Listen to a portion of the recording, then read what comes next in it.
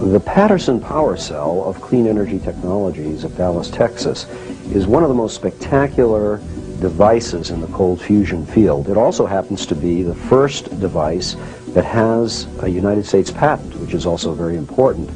It got it almost by accident, since there are hundreds of patent applications that the Patent Office is rejecting.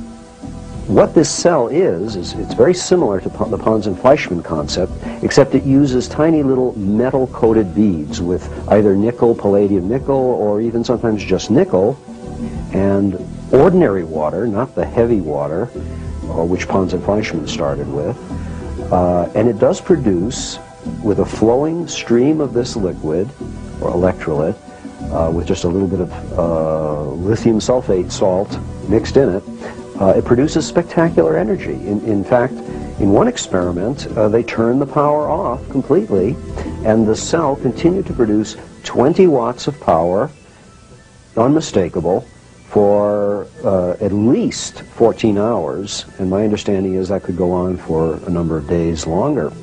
The typical power ratios of this kind of a cell, it's very robust, totally repeatable, is anywhere from 10 to 1,000 to 1, okay, when you have even a tiny bit of input power. They've had it go over 1,000 watts with only a watt or so input electricity.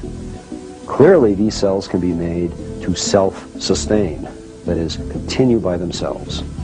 Dennis Cravens is an independent scientist who has done first-hand research studying the effects of the Patterson Power Cell. The important thing is, notice over here, total excess energy is usually in the megajoules range. If you run through a chemical calculation of how much metal you have in there, about 20 milligrams, turn the crank, how many moles is that? How much? You assume about 100 kcal per mole for your chemist types of a typical energetic reaction, if you can think of one. We can't think of one, but if there was one, you maybe get 32 kcals if you burned all the metal. So we are 3 or 4 orders of magnitude more energy out of the system, integrated energy out, than if we were burning everything chemically. If you do the calculations, you'll find that you can get there. It's more likely that a few percentage of them are in the millions of electron volt region. The interesting thing about the Patterson cell, too, is that as a byproduct, it produces hydrogen and oxygen. It's actually using water, any type of water, and electrolyzing that water, and then just exhausting the hydrogen and oxygen. Now, we could see two views of that. For example, if we're actually forced into a situation where we're in an enclosed space and not able to spend too much time outdoors, which we already spend 90% indoors anyways, the supply of oxygen is very valuable, whether or not we even use the hydrogen. But it's possible we could also store the hydrogen and therefore have hydrogen-powered vehicles and use the oxygen indoors. Another area that has emerged as a result of cold fusion, which is every bit as heretical and disastrous to the scientific enterprise as the over-unity and the greater energy out than in, is the transmutation of metals, that is, heavy metals.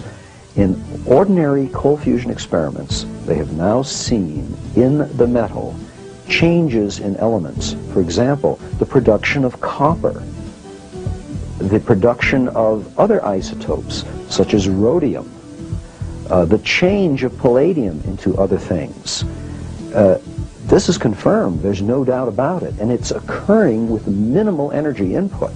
So what this leads to is an analogy with the old claims of the alchemists, who were able, historically, they said, and there's some evidence that they were able to do it, to do low energy processes that produced gold from lead or mercury or other things.